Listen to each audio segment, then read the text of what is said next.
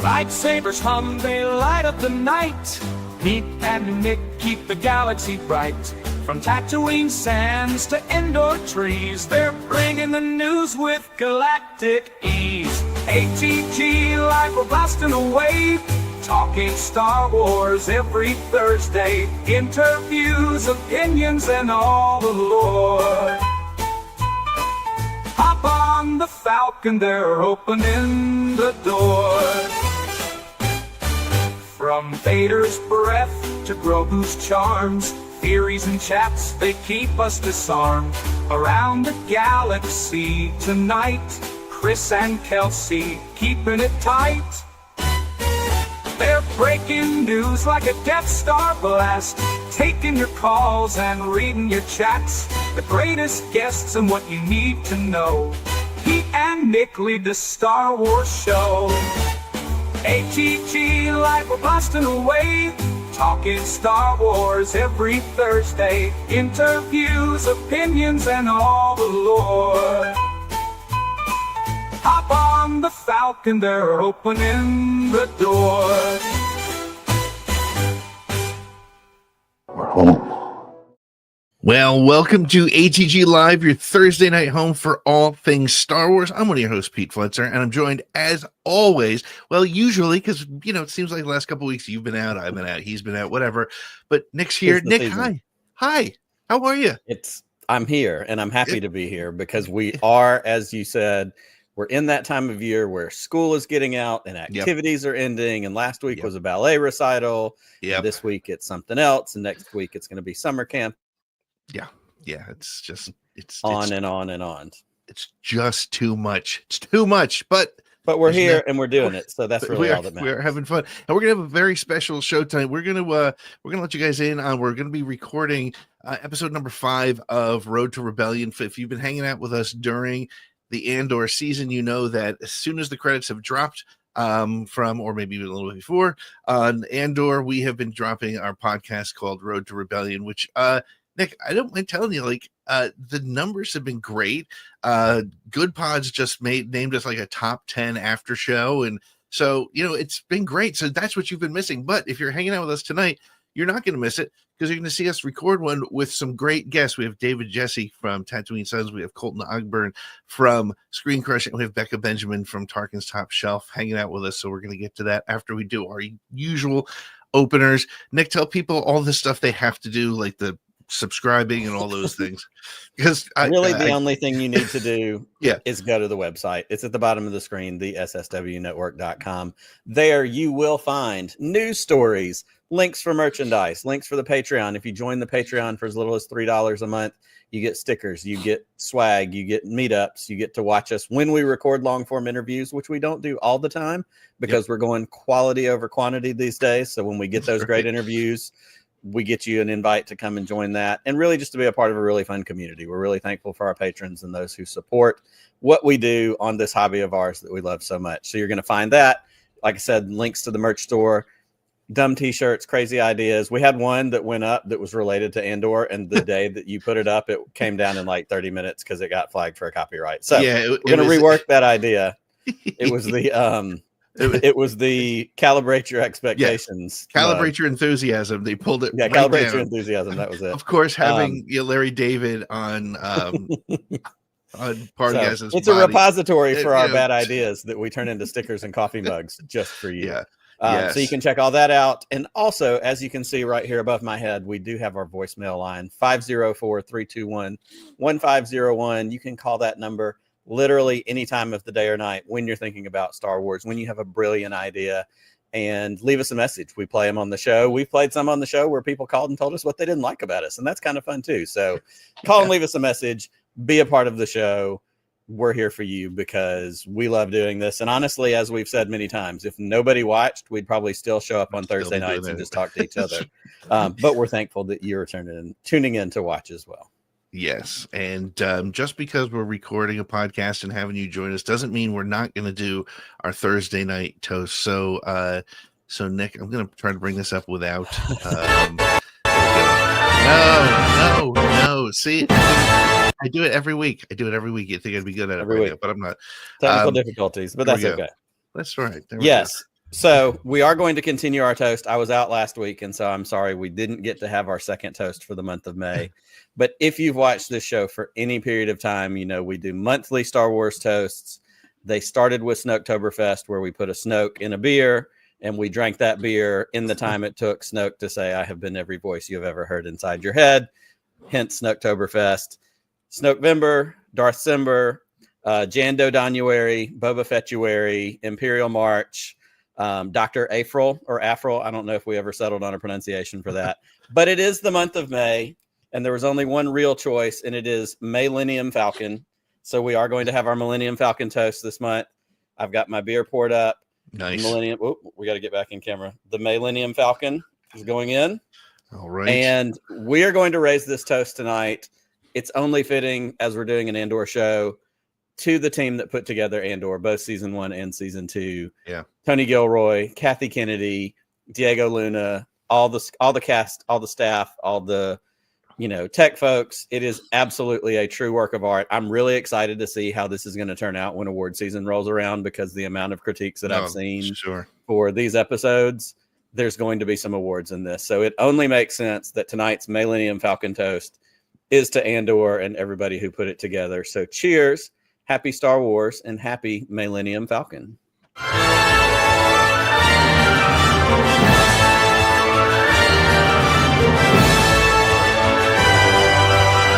She may not look like much, but she's got it where it counts, kid. He gets it every flipping time. And I do have to say, the only reason I didn't have a beer is because I just literally came off a train from New England, from Boston. Get your feet back under you. And I wasn't sure where I was or if I was even going to make it. So one of us has to be responsible tonight, and I'm glad it's true. Well, I'm not sure I'm responsible, but let's not get out of hand. Well, okay. Well, we're going to take a quick break. And when we come back, we're going to record the next episode of Road to Rebellion with you hanging out with us in the chat and watching us. And so we'll be back in just a minute with more ATG Live. What's up, my fellow Gen X Star Wars fam? My name is Chris Rhines from Broaxium. You may know me from ATG's Force Connect that I co-hosted with Pete and Nick. Now, I'm the owner and operator of Broaxium Outpost, an online shop for all your action figure and collectibles needs like Star Wars Black Series, G.I. Joe Classified, Star Wars Vintage Collection, Marvel Legends, Star Wars Black Series and Vintage Collection, Transformers Studio Series, Star Wars lightsabers and helmets, Masters of the Universe, and much, much more, including Star Wars action. All right, I have a lot of Star Wars stuff. I'm just saying. Stop by and check out the store at www.broaxiumoutpost.com. Sign up to become a part of the Bounty Hunters Guild and stay updated on new pre-orders, sales, and exclusive Broaxium content. Find something you like? Use the promo code ATG10 for 10% off your first order. We have Star Wars figures, by the way.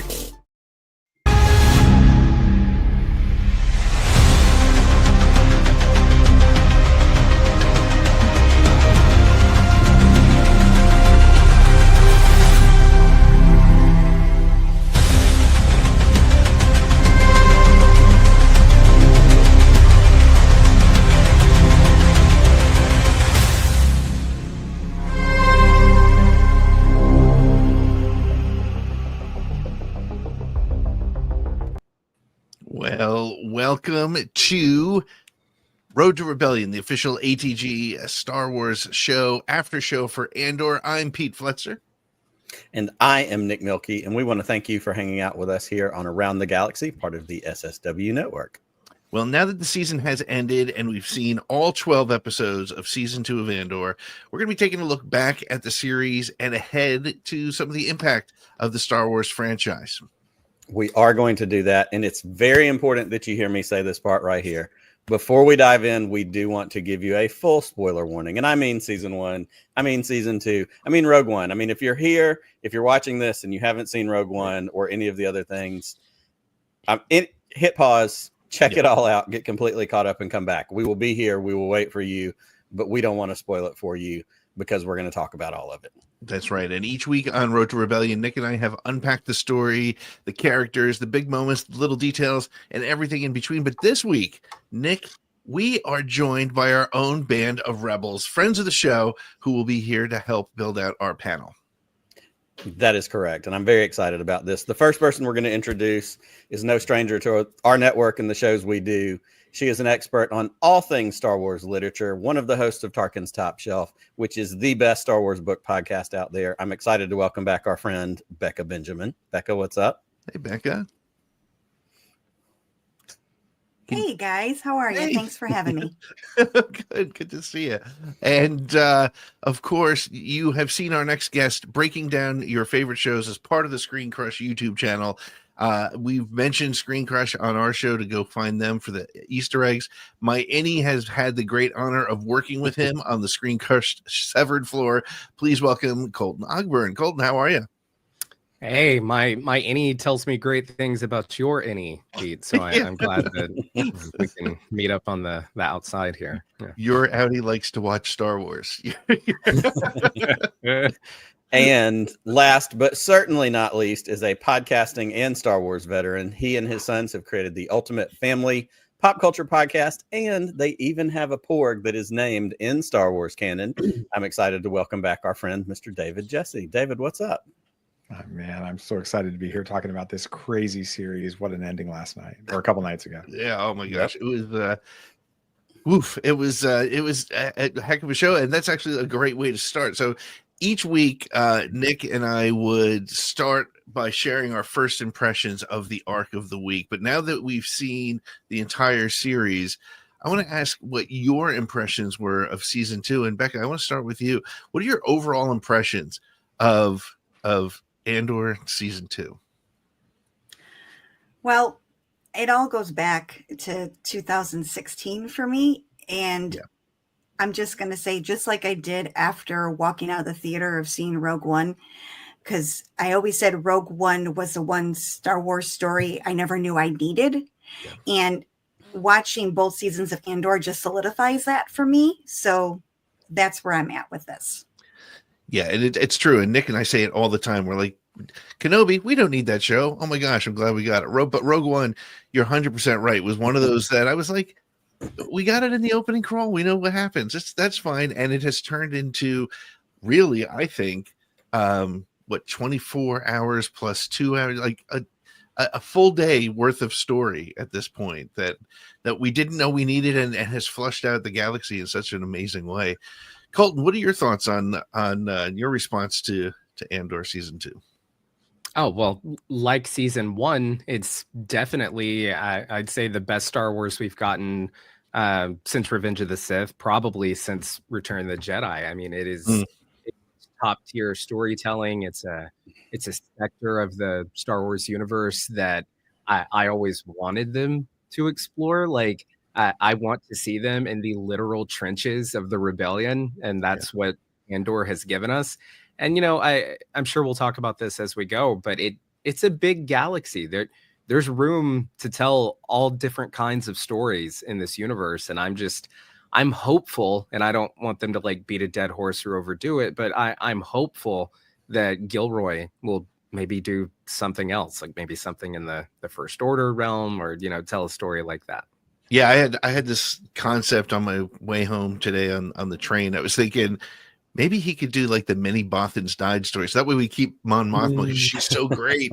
I'd love to see more of that. But then that would be beating the dead horse. I think you could easily make a case that would be just doing the same thing again. But so no, but I want to go right back for sure.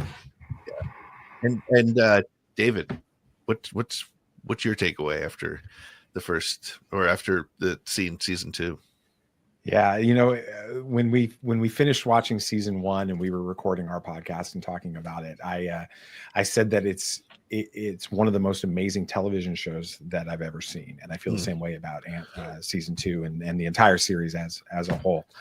The challenge that I've always had with it is what Star Wars is for me, right? And Star Wars for me has always been about things like the mythology and the Force and the Jedi and the Sith and those types of things. And so I've struggled a little bit with this series, absolutely loving it, but wondering it feels as much as Star Wars as I wanted.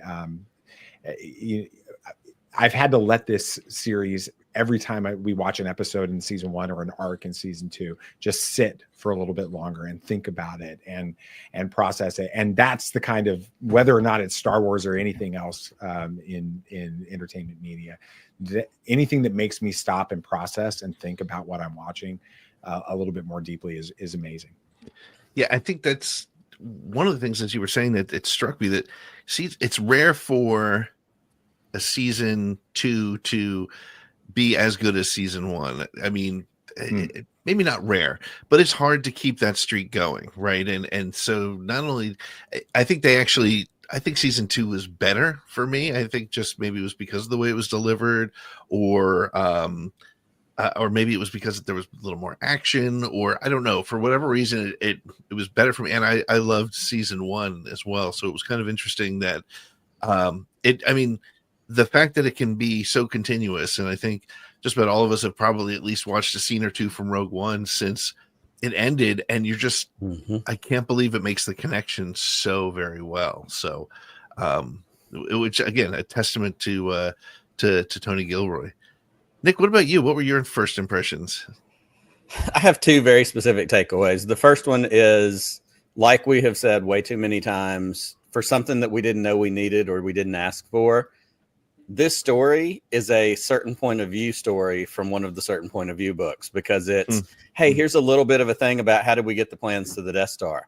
Let's make it a movie. So we made it Rogue One, but then we went, but let's dig into that some more. And so we took a moment. And the one I love so much from certain point of view is the argument that Han and Leia are having in the hallway in Hoth, and the guy that comes through in between the two of them while they're having the argument. We wrote a story about that, but we took that, and like you said, we blew it up into 2 seasons of prestige TV and an incredible movie. So that's the first thing that I love about it so much. The other thing is, and I'm going to pander just for a brief second to our good friend Matt from Enid, Oklahoma, because if there's one thing I have asked for a very long time, is I said, where is my West Wing Star Wars? Because the West Wing is my favorite TV show of all time. Andor is our West Wing Star Wars. Aaron Sorkin didn't write it, but it's on that level. It plays at that level, and it gives me I want the machinations of the Senate. I want the things that are going on behind the scenes. I want the conversations. I want the little tiny moments that lead to the spark of rebellion. And this gives it to us in spades. So I couldn't be happier. And as somebody who's a fan of those 2 properties, I didn't know they would ever run into each other, but here we are. Yep. So looking at that now, we've talked about kind of what are our reactions, what are, to season 2 as a whole. I want to expand that lens a little bit, and I want to ask our panel, and I'm going to start with Colton first. Colton, now that we've seen season 1, you've seen season 2, we've gone through this whole journey with these 2. How does it change not only how you view Rogue One, which obviously it backs right up into, but what does it do for your kind of view of the Star Wars canon overall to have Andor season 1 and 2 as a part of your knowledge of Star Wars now? Well, to Pete's point, I actually haven't had a chance to watch Rogue One or like any scenes or anything since finishing Andor. I look forward to actually doing that and seeing. In fact, I might watch like that last episode one more time and then go into Rogue One, because I'm sure that it ties in great. In terms of how it makes me look at the saga as a whole, I mean, I think it was always kind of clear. I have actually recently gone back and watched A New Hope somewhat recently, and you can tell in that first one, Luke, Han, and Leia, they feel like they're very important characters on this mission, but it's very well established that there is this whole other thing that's been going on that predates them. Like a lot of the groundwork for that ultimate Luke blowing up the Death Star, you can tell just by watching that movie without needing to have seen Rogue One or Andor. There are a lot of people who have given their lives for this rebellion. It feels, like an old aged universe. And so I'm just glad that Andor has finally explored and shined some light on that wing of Star Wars. In terms of how it fits with the saga as a whole, I would think that somebody, obviously, if you're a big original trilogy fan, you're going to, I think, like Andor. But also, I would think that anybody who's a prequel stan would really enjoy Andor.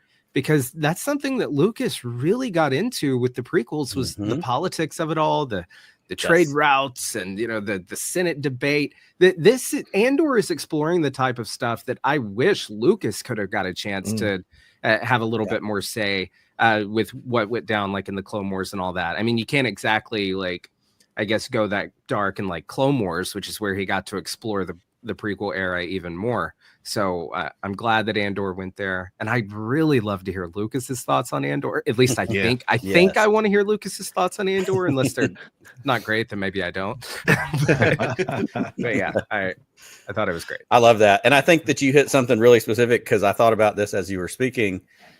With the 20th anniversary of Revenge of the Sith just being in the last couple of weeks, and with that getting a re-release in the theaters, we had it on multiple times over that weekend that it came out at my house. And it was really timely for that to be on while Andor was on, because you get a lot of Imperial Senate stuff in Revenge of the Sith, and, heading into the end and eventually the dissolution of the Senate, certainly farther down the line.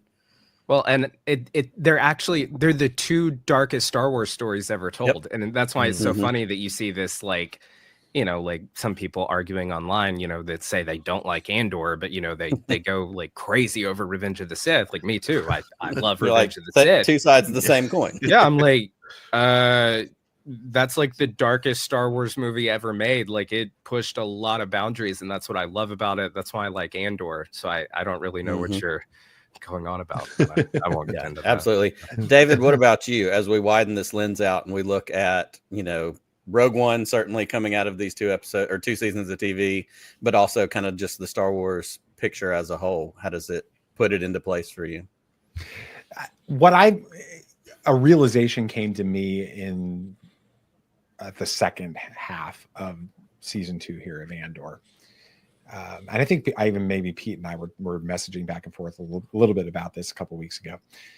What I had to come to terms with was that we all believe this. Everybody on this panel is like, they're the good guys in the Star Wars fan community, right? We all believe Star Wars is for everyone, and we do this, but Star Wars is for everyone. And yet there is a very different style of Star Wars that's coming out in different properties right now. And what I had to come to terms with, going back to what I said a few minutes ago, where Star Wars for me may be much more mythology and much more Jedi and lightsabers and those types of things.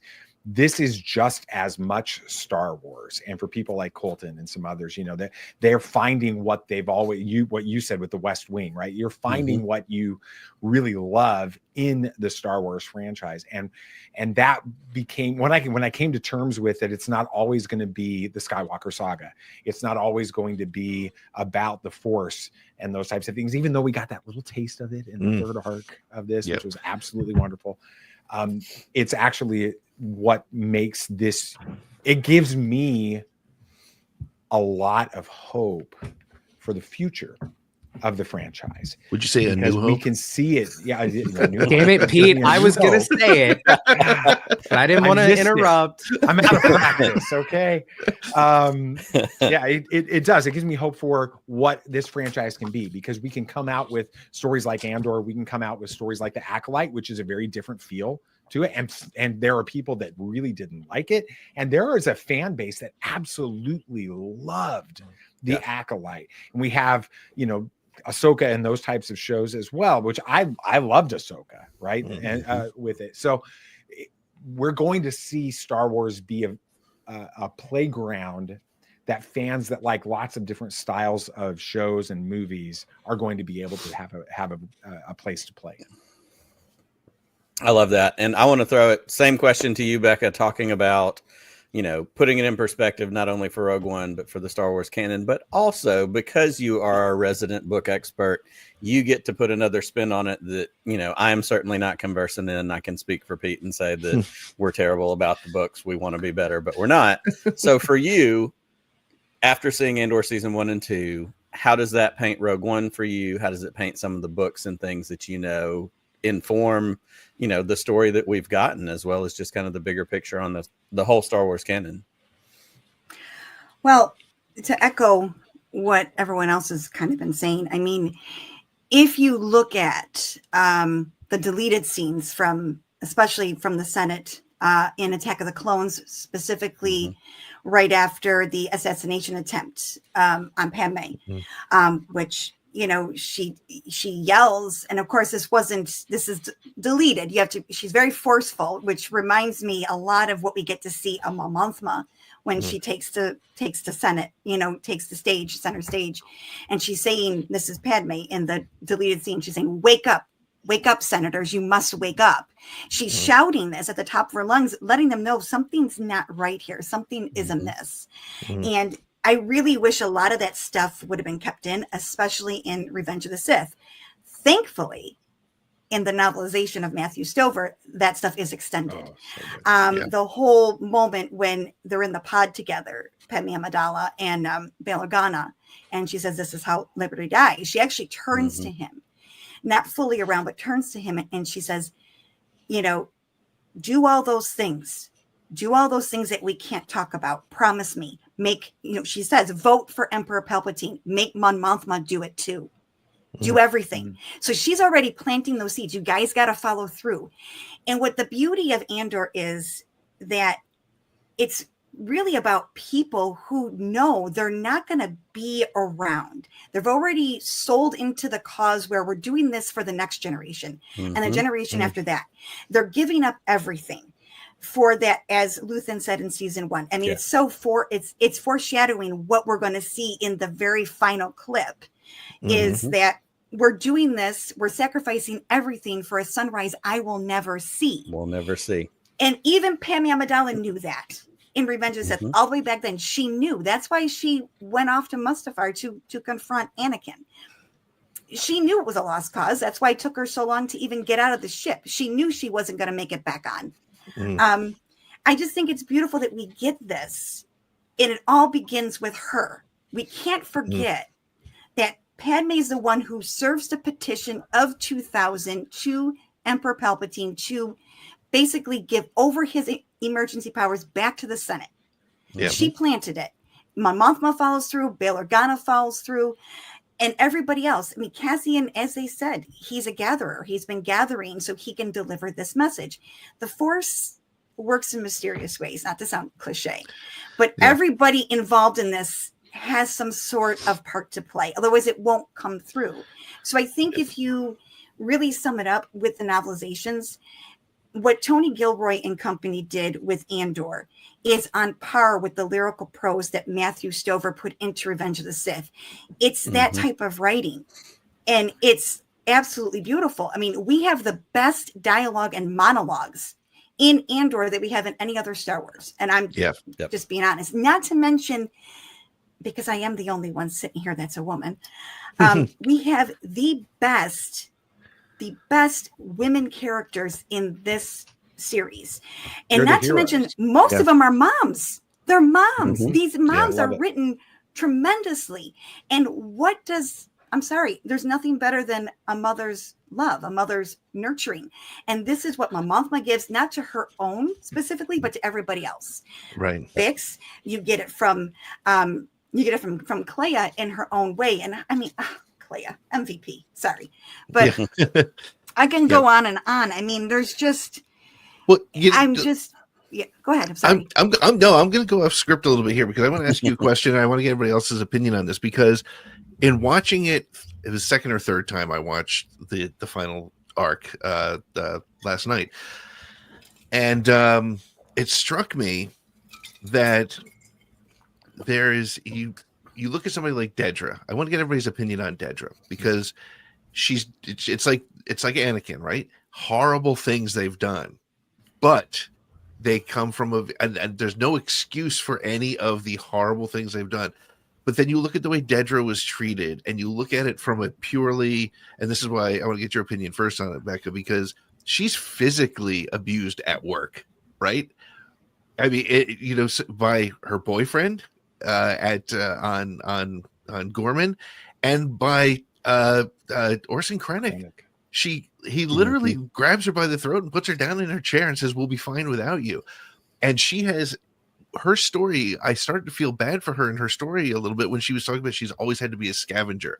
And I thought of all the women who've had to work a little bit extra hard Mhm. to get ahead at work, and it doesn't get recognized. And when they do something and it does get recognized, sometimes it's downplayed. What was your overall feeling on Dedra? Because I agree, there were other fantastic female characters, but Dedra was playing it in a very different side, I think. Oh yeah. No, Denise is a fabulous actress. What she was able to portray, just even without words, the shaking of the hand, the pulling down her uniform and the collar, like you feel that. But first and foremost, she is written to be a bad person. She is a bad person, period. Regardless of what's happened to her, she has always made bad choices because of she's a product of her upbringing. Okay. She was raised, as she claims, in an imperial kinderblock. We had what we needed, so she's already brainwashed in a sense. I'm using that because that's what it is. She's brainwashed to believe this is the way of life. This is the right way. So yeah, she did have to scavenge her, but see, somewhere along the line before this unfolded the way it did, it should have clicked. It doesn't click until she's in that cell that, oh my gosh, I completely fudged up. Yep. Like that's when it clicks that she realizes she's been on the wrong side all this time. Yeah. Because even Krennic tells her, he calls her out, you missed your calling. You should have been a she should have been a rebel spy. Yep. So yeah, again, the acting by Denise was just phenomenal. But again, it's hard for me to have some sense of sympathy when I know she's done. I mean, I know you put her on the same, I guess, scale as Anakin, but see, I don't see that. I mean, that's a little bit of an extreme to be fair, but yeah. That is, and I'm not justifying him because he did horrible things. There's no justifying that. Right. But when Anakin was Anakin, he was good. He was a good person. Right. She was never good. Yeah. Right. No, she was never good. Right. True. Sorry. Cole, do you have any thoughts on Dedra as a character? Well, I mean, you just have to keep in mind that this is a war, and a war, and I think Andor showed this great. There are not many good guys. Both sides are going to do horrible things, and they might acknowledge that they're horrible, or maybe they're brainwashed enough to think, oh, well, it's justified. I think you'll see that on both sides of a war. I think they show that great in Andor. I mean, we have to keep in mind that the rebels, I mean, they're terrorists. I mean, I'm on their side, but they're terrorists, and they're doing things that are morally gray, or maybe just clear, like, oh, hey, that's immoral, but I'm doing it for a sunrise I'll never see. So I like that they gave us a little bit of that conflict with her character. In terms of like, I love, to your point about her being a woman in this galaxy. And yeah, sure, the Star Wars galaxy is probably a little bit more progressive in terms of acceptance.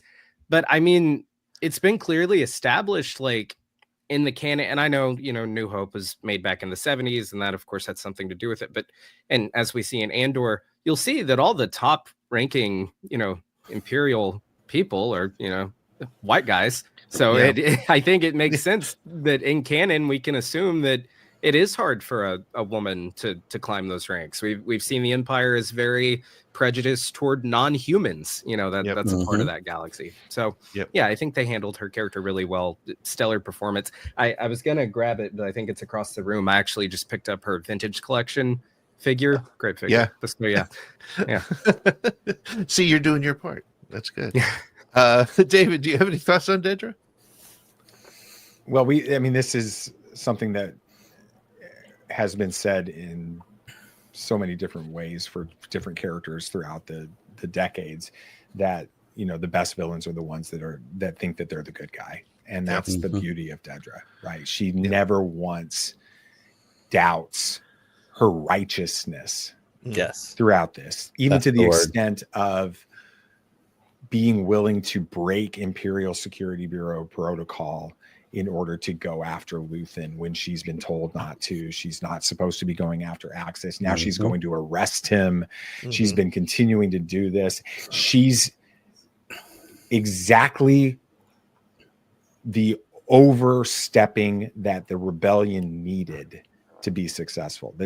Her coming in there, making all of those mistakes, opened up. If she doesn't do that, then Rogue One doesn't exist, and what we see in A New Hope doesn't exist. And that was such a beautiful way of setting her character up, because you love her and you hate her, and you understand her throughout the both seasons of this. And Denise did an amazing job. And I think that's actually one of the things that Andor did as a series incredibly well was, and they did it without introducing Vader and the Emperor. The bad guys are bad guys that you love to hate, like every single one of them. And so speaking of which, David, let me go to you. Nick and I every week would pick our MVP. So I'm going to take Cassian off the table because it's named after him. It's the name of his show. But let's take him off the table. Who was your MVP of the series? Who and define that however you like, but who was the character that you walked away from this series with the most feelings for in one way or another? It was really interesting how, if you would have asked me this question because I'm in Central Time, so this show comes on at 8 p.m. If you would have asked me this question at 7:45 p.m. Tuesday evening, my answer would have been very different. I did not really get into Clea as a character. I thought she was kind of like, why do we even have her in this show? She's just there to have some to play off of Luthen. With it. And I came out of the series thinking, oh wait, so Luthen really wasn't the hero that put the rebellion together. Clea was the hero that put the rebellion together, right? Because what Luthen is doing is, as a way to his own weird twisted way, in my opinion at least, of trying to redeem himself for the absolute horrible things that he did to her family and her planet and her people. And when he finds her, it becomes real to him about what he's doing, and he makes it his mission to rescue her and to be a part of her life and to protect her. And she's the one that's pushing for what we see on Naboo. I believe it's been established that we can all agree it was Naboo. Naboo. We see all of these moments. She's the one constantly pushing. And then when you look back, season 1, season 2 of Andor, it's always her. She's resolved. She knows what she's doing. She's calling Luthen out. She's calling Mon out. She's calling Val out. All of them, because she needs to keep this rebellion going forward. And so the beautiful thing about her ending, it goes back to a lot of the things that we've been talking about with the way that they wrap up the stories and with it. She's the type of woman that is so confident in who she is that she doesn't have to get the credit. Which most of the strongest women I know are like that. Right? They let us weak, insecure men get the credit for all of the stuff.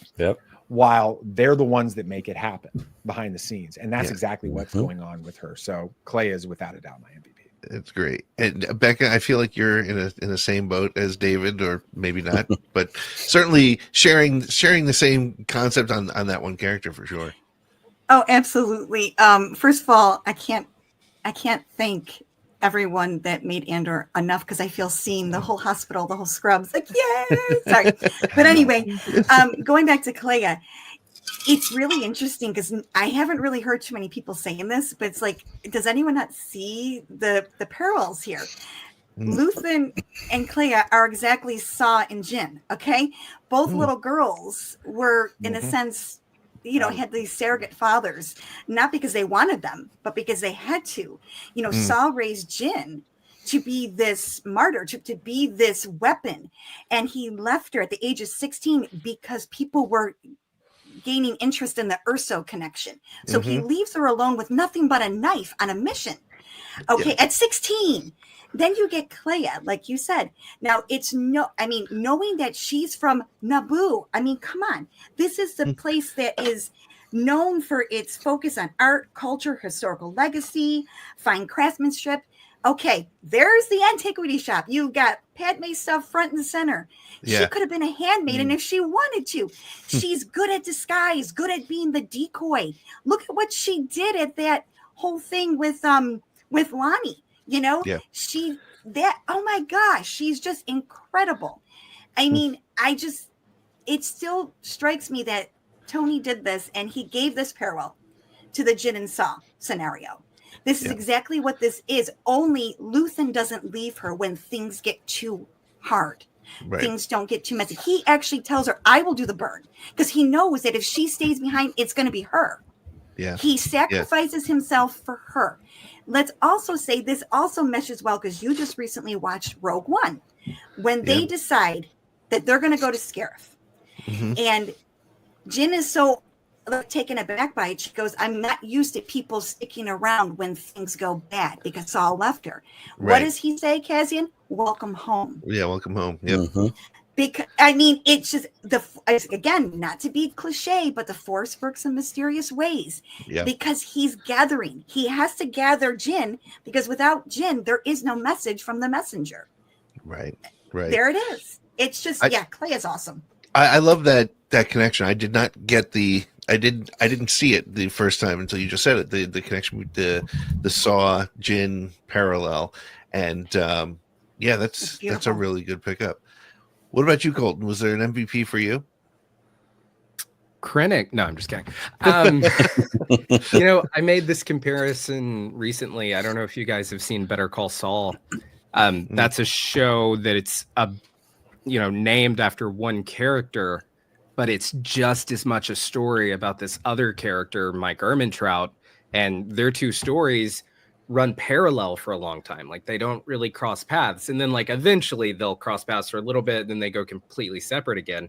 And I think that that's what they did perfectly with Andor. That this show could have just as easily been called Mon Mothma, and I think that she's the MVP of this show. I love her character. I want to see more of her, in a post Return of the Jedi story. I want them to do a story that takes place after Return of the Jedi, recast the original 3, and have her there, show her becoming the Chancellor and all that. Her calling a genocide what it is, her taking this fight to Palpatine, calling him out in the Senate, willing to leave her family and all that behind. I think that she is a standout for this show. And the thing I'll add to that, there's two things that struck me about Mon Mothma, and they both happened in the last couple episodes, the last 2 arcs. One was the way Genevieve O'Reilly played her when Cassian shot people right in front of her. You realized, oh shit, she's never really seen that part. She's read about it, she's gotten reports on it, but she's never seen that. And then the second part, which I thought was so great, was her just eating breakfast with all the troops. She was just one of the rebels, and explains that she had to walk away from Chandrilla with all the fancy hairstyles and everything, and she's living with the troops. She's living in the dirt with the troops, and that says a lot about a leader, I think. So, well, and that again ties perfectly into how Andor's, we've been saying it's just one aspect of the type of story you can tell in Star Wars, and then you see the same thing within the show itself, because you see different kinds of stories being told through Andor and then through Mon. It's perfect. It's perfect. And with her reaction to him shooting, that's this great crossover point where you realize, oh, they've been on 2 pretty different paths, but going on the same mission, which I think is how this show ties in perfectly to the whole saga. Yeah, that's great. Nick, who's your MVP? It's the favorite child question, and it's not really fair to ask who is your favorite character, who's your MVP, because there are so many aspects of just how well written, how many layers there are to this show.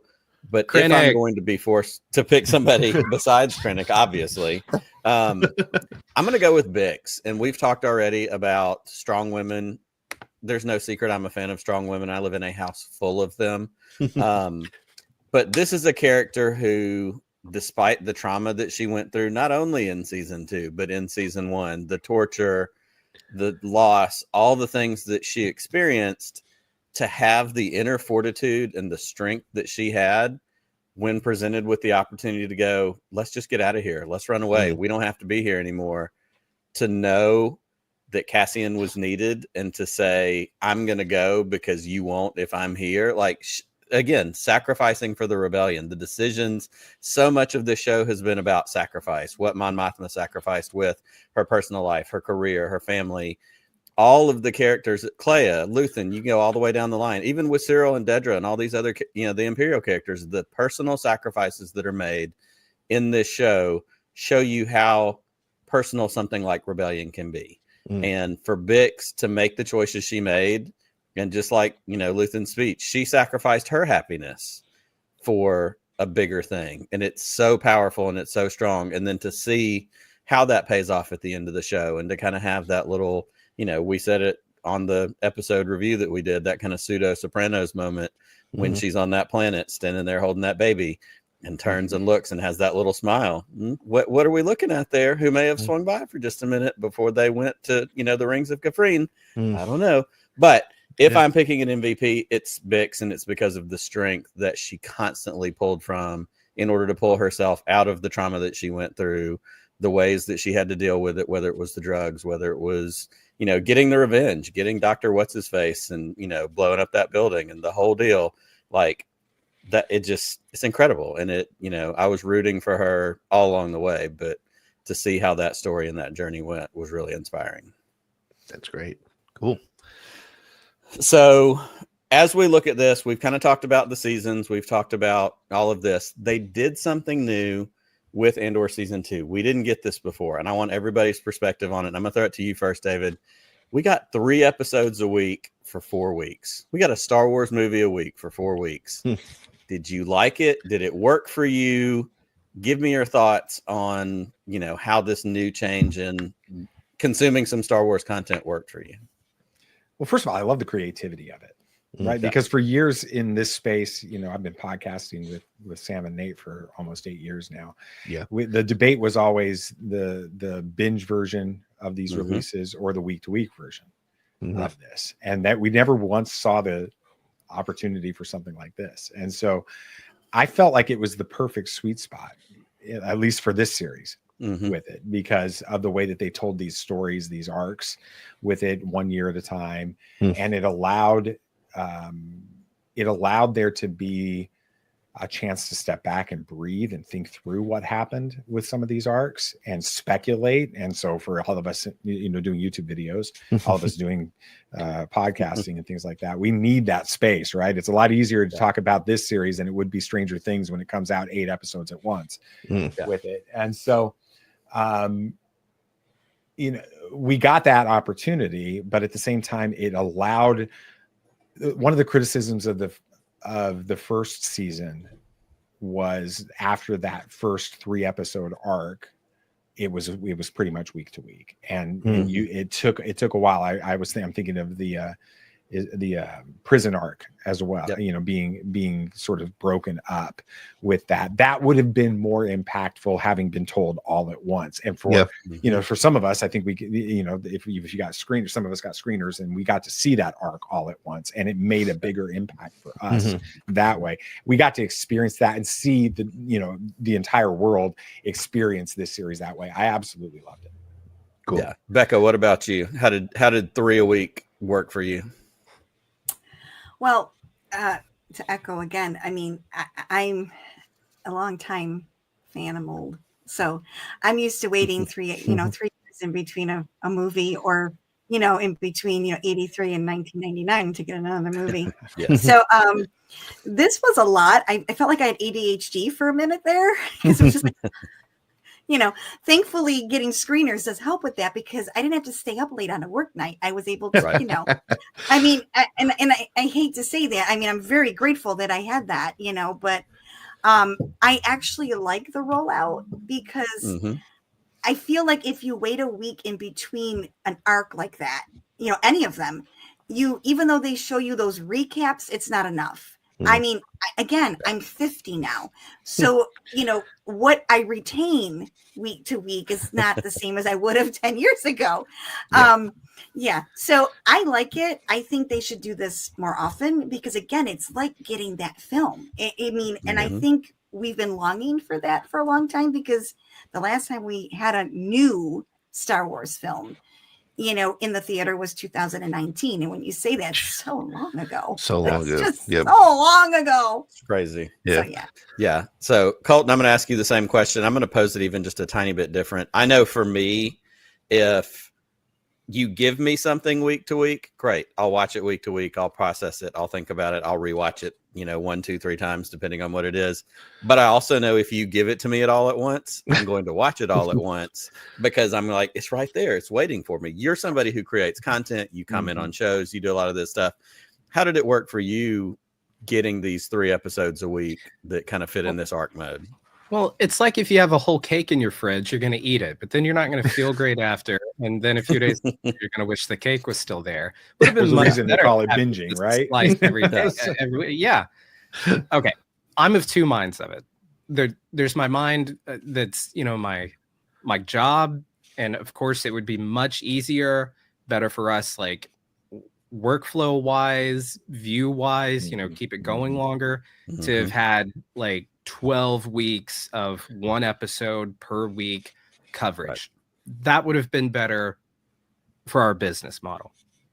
Ignoring that, just as a fan, yeah, I love binging stuff too. Like I said, with the cake, if there's a cake in my fridge, it's gone.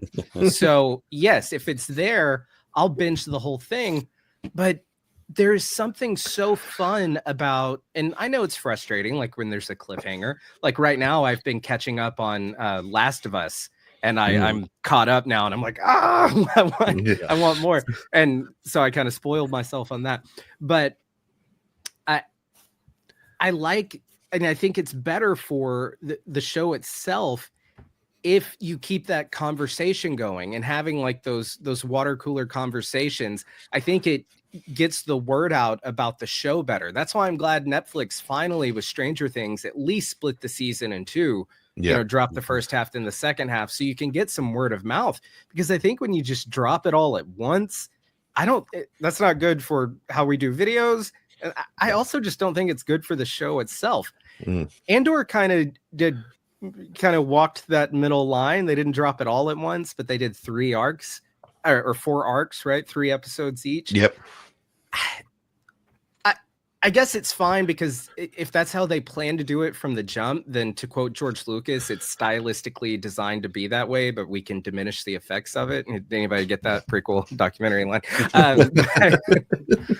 I personally wish that they had done it episode by episode. I'm a big advocate for, if you are not a sitcom, a cartoon, or a spaghetti western, I want your shows to be at least an hour long, and I want 1 a week. That's how I think that was the perfect model. I think it's proven that was the perfect model, like with Breaking Bad, Game of Thrones, Succession. You look at the most recent shows that are all in that same genre, I think, as Andor, and that's the model for releasing them. So as cool as it is to get a Star Wars movie every week, I do wonder if they would have had even more like word of mouth success had they cut the show a little differently and released 1 episode a week. That would be my preference. Yep. That makes sense. Pete, you and I have talked about this off and on throughout when it was announced. Throughout the course of this, we were also lucky enough to get the screeners, and I think honestly it helped us with busy lives and trying to do shows and that kind of thing. So it worked out. Where do you ultimately end up on the 3 episode a week situation? I think it was great for a couple of reasons. Number one, I think it was one of the things that I noticed, especially when we would break them down. I noticed that episode 2 of each arc left you in it was kind of a down show, other than the Gorman Massacre, but it was kind of a down moment before going into the launch. So you would have to wait a full week after coming out of something that, which is why I think releasing the first 3 episodes of season 1, they did it the way they did it. However, I would do something a little bit different. And Colton, I think you sort of leaned into this a little bit when you were talking about the way Stranger Things did things. I would have gotten 4 months of subscriptions out of it. I would have done 1 a month. Like maybe the first Tuesday of the month, I would have dropped it. Arc 1, Arc 2, Arc 3, because that does a couple things. It'll keep people talking about it for that next month. It keeps your subscription. I mean, I hate to just put on the business hat, but the reality is you need only 2 months for this show. If you had 4, you would stick around. But I also think it would give people that opportunity to, after you watch Solo or Rise of Skywalker or whatever, you had that opportunity to talk about it, and it gave people some time to catch up, and so I think that would have been a little bit better. I don't know if it would have been better, but it would have been a different way to do it, and I think it would have been an interesting way to experiment. I think we're also at a point where there is so much, especially just Disney alone, they're putting out so much stuff, which great, but I feel like a lot of people are getting to a point where they feel like they just do not have time to watch everything. It feels like homework. Like, oh, I need to binge 3 hours of this show before I can watch this next week's episode. Right. So I can see that being a problem. And can I just say, I think I kind of brushed over this in my point about like, if you're not a spaghetti Western, a sitcom or a cartoon, my point to that is I love that we are actually getting hour-long episodes and not that 22-minute when you don't account for credits stuff. So I want to praise Andor for that as well, for actually giving us real TV. Yeah, amen. Yeah, the 36-minute episodes are like, oh no, stop. Yeah, and half of it's credits. Wait a minute. Let's take a slightly different direction here, and let's talk about there were some unanswered questions and some plot points that were left open. I don't know if any of you had any in particular. I'll leave it, we don't have to do it in any particular order. Does anybody have any unanswered questions that, even knowing what happens in Rogue One and A New Hope, anything that you wish they had answered? Becca does. Becca's got one. Hold on, let's bring it. What happened to Kaz's sister? Yeah. I really want to know where she ended up. Yep. That still bugs me. I read the interview. I get it. Tony's like, well, how many things in your lifetime do you leave unresolved? I get that, but this is a sibling. They were close. And they referenced it in the last episode. Like they reminded you that they didn't answer that question. A little flashback, when K2's trying to wake him up. Yeah. Yep. So and I think that's to show his regret in a sense that he didn't go back, which is why he keeps going back for everybody else, which I can understand that's part of his flaw, but he's a human. You know what I mean? He can't leave anyone behind. And I think in a sense, him bringing Clea back was in a way bringing his sister back, even though it's not his sister, if that makes a little sense. Yeah, makes sense. I don't know, but that that bothers me. I don't know. I want to know where she's at. Like, why show her at all? I think, to play devil's advocate on that, I think the point to that might be, and I agree with you, it would have been nice to know, but that, like, as we saw with Bix going off, I think the point is Cassian's new family is the rebellion, like the actual mission of the rebellion. So I guess like where his sister is kind of becomes like irrelevant. I want to know like about this super weapon. Like, how is the rebellion? Like, are they going to destroy it? The Palpatine guy. I want to know if they're going to beat him. Man, I hope they make a sequel, right? Yeah, I just felt like there was so much unanswered, like a lot of setup. Like we're just seeing the space station be built, and like I don't know. She called it what, a death something? I don't know. Yeah, which is ridiculous. At least make a call who called something to close it out. Yeah, I mean that's a little on the nose. I don't know. I'm hoping that maybe there's like it'd be cool if like one of the engineers was like secretly a rebel or something, and like he puts in like a like a failsafe or something to where they could like blow it up. That might be a little much. I don't know. I've got a movie for you to check out, Colton, when you're done. A couple of them. Yeah, right? That's right. Recommendations coming your way. David, were there any unanswered questions for you off the top of your head? Not necessarily unanswered questions. I would say that one thing that I was really hoping to see flesh out a little bit more was I kind of wanted to see when Galen sends Bodhi to Saw. I kind of anticipated that happening in this last arc. This last arc went in a direction I did not expect at all. And you and I were texting about it earlier today, Pete. With it. I was like, I really thought we were going down that path coming into Tuesday night. Yeah. And was a little bit like, when are we going to get there? And then it was like, I realized, oh, wait, we're not. So now I've got to accept the story and kind of get into the story that we're in. And obviously I loved it. I mean, I made Clea my MVP. Yeah. With it. I am glad though, to go back to the conversation about Cassian's sister. I am so glad that they didn't tie it all up in a pretty bow and like give you some big reveal where the theories about Clea being his sister and all of this. And at one point, it kind of felt like they may be going there Yep. Which you kind of referenced a little bit earlier, I think, Nick. But Yeah. they didn't actually make that happen. And that would have been it would have been too Star Wars. Right. It would have been too everybody's connected on to your the father. Everybody's related. You know, all of this kind of stuff that's going on. And that's not what this series has been at all. And that needed to not happen. And so glad that they didn't make that happen. Yep. I agree with that. And I'll say mine kind of ties in similarly to that. As great as it would have been to see Kino Loy pop up somewhere at the end, because again, not dead on screen, not dead wherever. We know you can't swim, but like if at the end in a closing shot, like he's, you know, ratcheting an X-Wing in the background or something, that would have been great. But at the same time, I'm really glad they didn't do that, because again, you have to be able to have people who come in and out of your life, who come in and out and get you on a path heading in a direction, but they don't necessarily get to go with you on that journey. And so I am glad. He becomes Snoke, just so you know. Oh, that's right. See, again, there's a movie down the road for you, Colton. It's all gonna tie together. So yeah, I don't think. I just thought that was I'm glad they didn't make that choice. I think it worked better as they did it.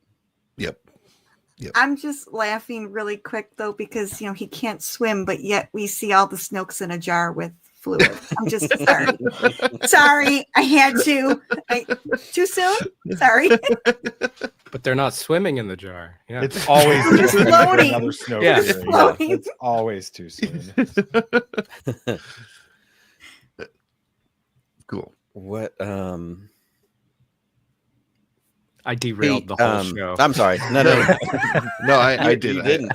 We're thinking about Snokes in jars and how they're really not swimming.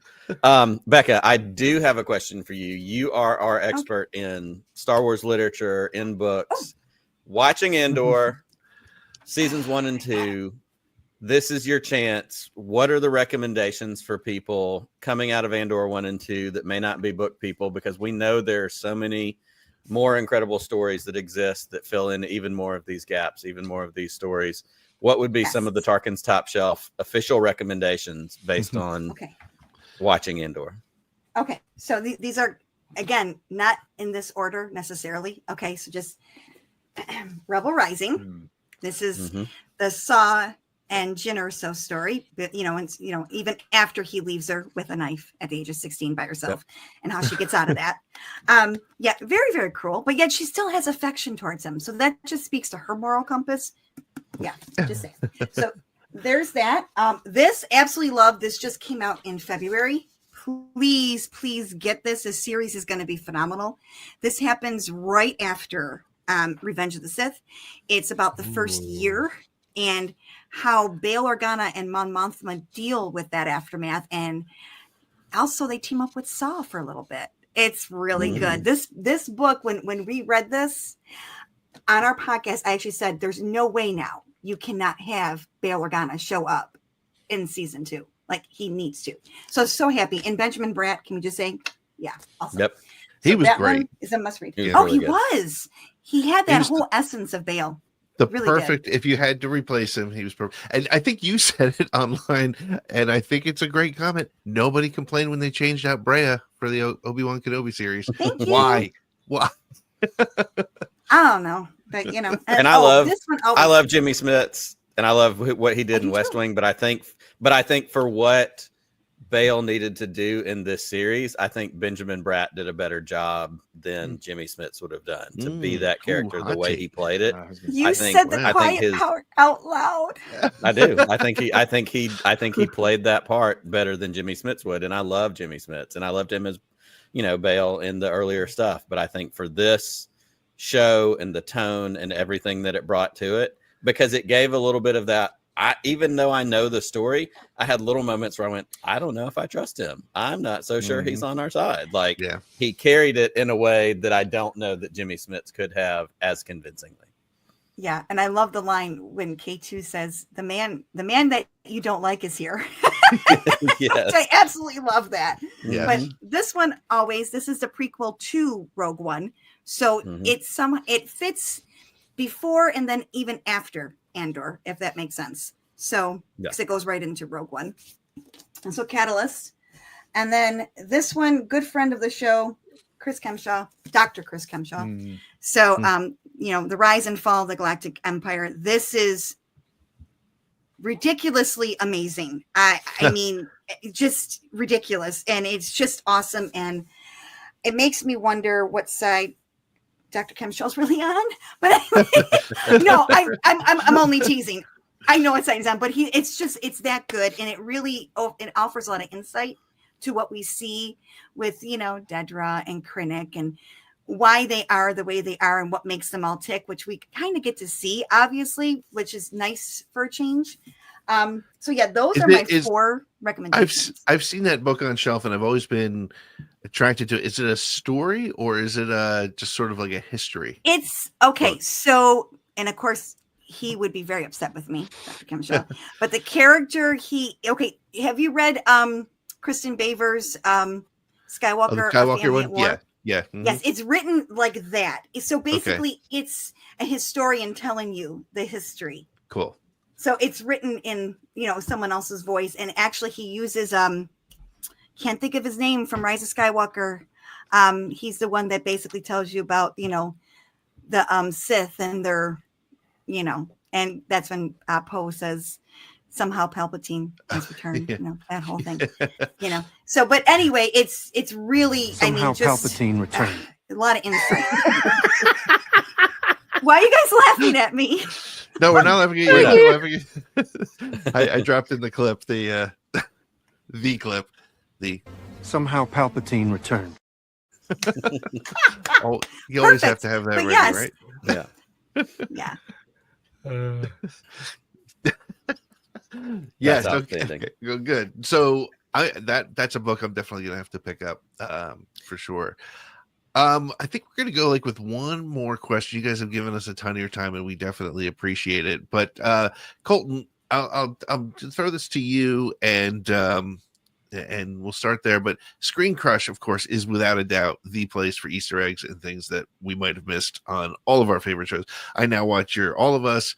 Of course, if there's a show I like, you guys have it covered, which is great. Mm-hmm. But while Andor didn't really have as much in-your-face member berries, it did have some here and there. So how do you and the rest of the panel kind of feel about that sort of lack of overt fan servicey cameos? Like there was plenty of opportunities to show us Vader or planets like Tatooine and Lothal. Do you think I think we would all agree that it helped, but was it noticeable? Did it change the perception? And David, to your point, it's sort of like when Andor first came out, you sort of compared it to pizza, right?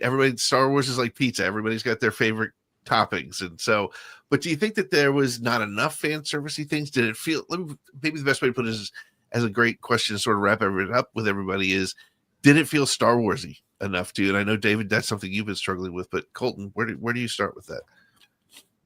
I mean, to push back a little, I think it feels very like Star Wars. I mean, my Mothma's there, El Organa's there. There's stormtroopers running around. I feel like, as a hardcore Star Wars fan, I'm like, yeah, this is a Star Wars show. Krennic is there. Solace. So yeah, I take your point. Like, no, they didn't drop Vader or anything, but I was glad that several times they dropped like Emperor Palpatine. I'm like, all right, nice. Yep. I'm not huge on the throwing a character or a reference in for the sake of doing it.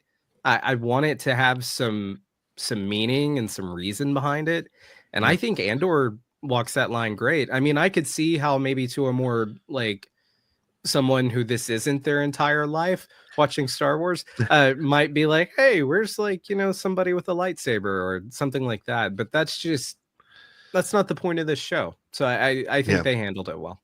Yeah, Nick and I said on the when we covered the last 3 episode arc, if I thought for sure if there was an opportunity, I thought we were going to see Partagaz be brought before Darth Vader. I thought that was going to be his entrance.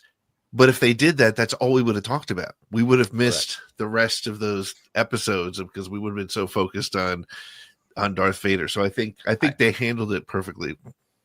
I take it back. I want Cassian in the world between worlds talking to Yoda or something. when he realizes that the Force has driven everything he's done, right? What about you, David? The that I still that pizza comment has stuck. Yeah, with well, me. okay. So the idea was you could be at the best pizza restaurant in the world, right? And order cheese bread. And it may be the most amazing cheese bread you've ever had, but it's still not pizza. And that's what I was trying to use as a metaphor for, if this is kind of the way season 1 of Andor felt for me. Again, I've said over and over again how much the series is amazing, right? And I love it. I think that what the third arc of season 2, I finished watching it with Sam and Nate, and we were sitting on the couch. Actually, it was weird. I was sitting on the couch with Nathan, and then Sam was watching it from his new house he just bought. And if you've ever listened to the show, he was 16 when we started the podcast, and now he owns a house. And so it's weird. But anyway, we were watching it and we were messaging back and forth about it. And I said, this series is to Star Wars. Andor is to Star Wars what the biblical book of Esther is to the biblical canon. Wow. The biblical book of Esther has no mention of God whatsoever anywhere in it. And yet God and his hand moving throughout the narrative is present throughout. And when I saw the Force healer and the things that she said to Cassian in episode 7, and then what Luthen says to Cassian in episode 9 about you're always in the right spot. You're always here. It's clear that the Force has been guiding Cassian throughout all of this, even though we don't have Jedi, we don't have Sith, we don't have Vader, we don't have lightsabers, we don't have any of that. And I was like, this is actually a brilliant story, because you see the Force moving all throughout Cassian's arc, and you don't have to actually tell everybody that that's what's going on. I would say it's very show don't tell. Yeah, it's beautiful. That's a great observation. I love that. Becca, anything to add to that? No, I mean, I don't know if you're trying to get on to putting something in there for fan service type thing. But I was just happy, like I said, going back to my book recommendations, that even though Jimmy Smits was not going to be able to make it work, they were brave enough to recast. And I think that needs to happen more. Yeah. Okay. Because let's face it, I mean, if we're getting older, that means certain actors are getting older and they're just not going to be there anymore. Some of them aren't even there anymore, but yet their characters are living on in a timeline where it's building and it's going to be necessary. I'm hinting at Leia. Anyway, just saying. But to play off what we were just talking about with the Force, I mean, even in Rogue One, like you said, we don't see Jedi, but yet the Force is a very prominent character. Yeah. It's funny because when you bring up that Force healer and what she says about, now getting clarity on Cassian's path, as this messenger, and he's gathering as he goes, it really brought me back to Rogue One with Chirrut when Baze is like, "Where are you going?" He goes, "I'm following Jyn. Her path is clear." I mean, if that's not the Force making sure these two come together to do what they need to do, then I don't know what it is. Yeah. Let's also remember too, Lyra Urso was a member of the Church of the Force, but yet somehow she aligned with Saw Gerrera. Someone make that make sense, right? Yeah. So this is the Force at will, because Luthen says to Cassian, because Cassian goes, "I've been making all my own choices." He goes, "But have you? Have you? Somehow you just are where I need you to be." That's the whole thing. Does the Force really give each person free will, or don't you? Have free will. So it's really cool. I love it, and it's funny. It's because also in Rogue One, when Chirrut says that he feels like Cassian is in his own cage or something, which actually ties. You're in your own prison and you carry it with you. Yep. And it's a different sort of form of what the Force healer said, right? He's sort of gathering things, and Chirrut sees him as he's gathering things, but it's weighing on him. So that's really That's really cool. So cool. Yes, and I will add to your recasting thing, because I think there was, people were looking for something to complain about, and I will not name the author because I don't know how he'd feel about it. But Nick was with me when we were in. I'll tell you offline, Becca, because you'll probably be able to figure it out. But when we were at Star Wars Celebration in California a couple of years ago, we were sitting with this author, and I asked him. I said, with Carrie Fisher passing away, what would you have done? And he said, I would have recast her. He said, I wouldn't have been popular. He said, but the story outweighs the actor. And I think, Benjamin Bratt proved that this time around. There's a different Dodonna in Rogue One. There's it's you need the character, and the story will, as you pointed out, and it's clear Star Wars will live far beyond any of us. And if they're going to continue to tell these stories, you need to have the character live on. And yeah, you can base it on Carrie Fisher's personality or whatever Mark Hamill brought to Luke Skywalker or whatever that might be, but you need to be able to move on. Otherwise the stories can't. So, yeah. So any parting comments before we go back? I'll start with you. Any parting thoughts on the series or anything? Anything. How do you feel about your lunch today? How was that? No, just kidding. lunch was good. We had a drug prep lunch, so it was really good. But no, it's interesting because, again, it enriches what we already know, and I think that speaks volumes to those creators and the actors and actresses that brought this forward, and the whole cast and crew. And I just think, we all need to embrace stories because, like we were just saying about, pizzas and toppings and things like that. I mean, yeah, I'm just not a fan of the comparing. This one is better than that one. This is a masterpiece compared to that. Don't yuck somebody's yum. I mean, I don't rank the films. I never will. I just can't. I won't do it. But we all know Empire's best. Sure. It's just so dark, gloom and doom. But then again, so is Rogue One. But hey, I just think it's important that even the little guy gets their story told, because that's what it's about. It's more or less about the people, not so much about the Jedi, if that makes sense. Because they're the ones that are going through it all. And this is where I think Andor is different from everything else, because we're just following the little guy trying to make a difference. And I think that makes for an interesting story, and it's more relatable.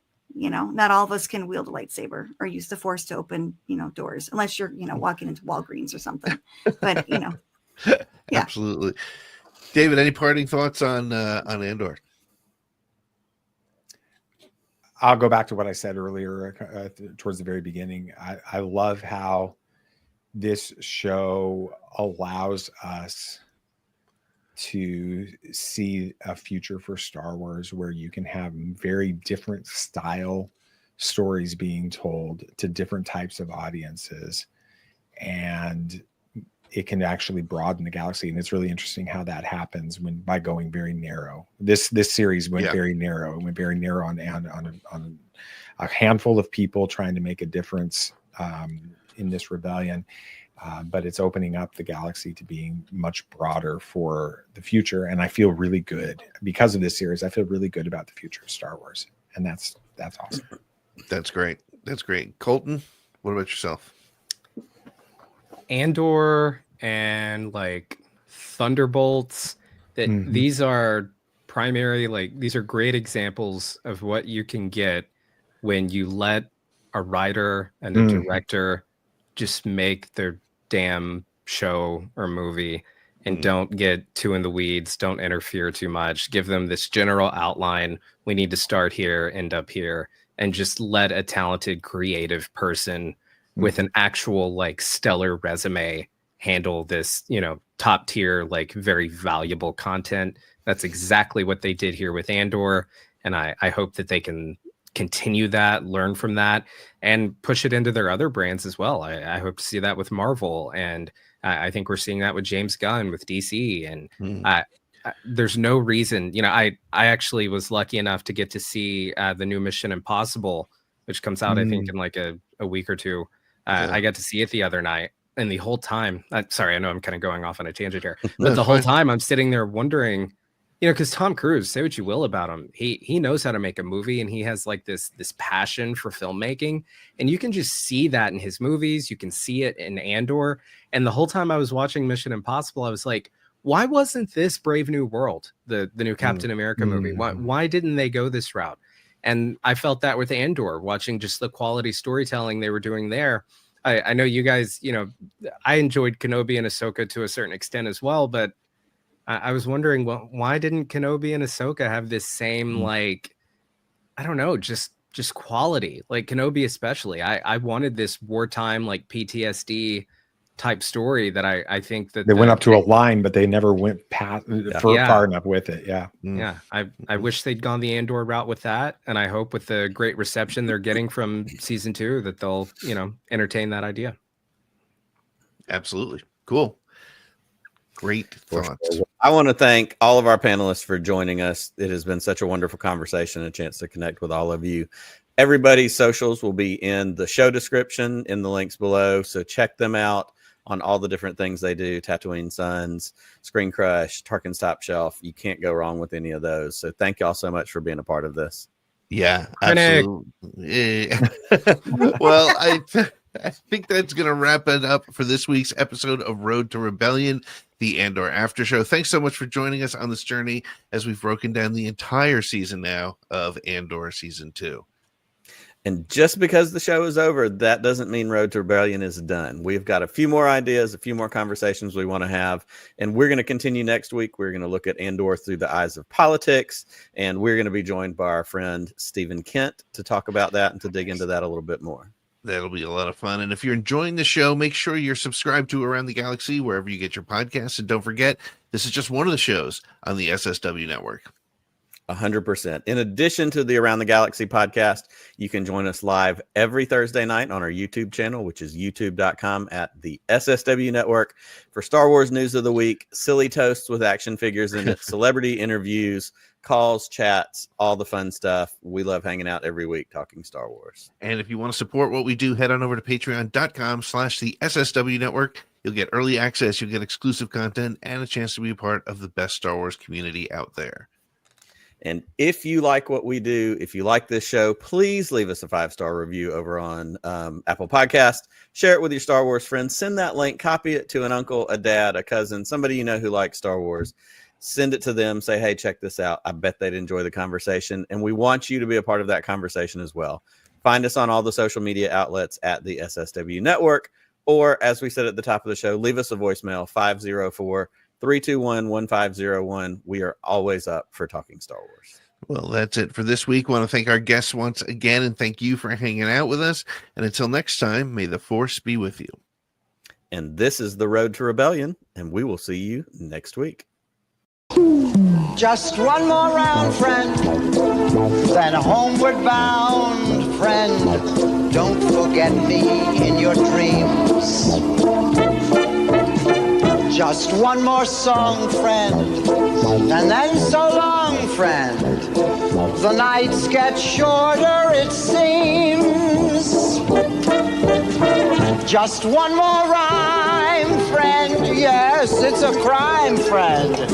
But you know time, friend. Time can fly. So it's good night, friend. Good night, but not goodbye.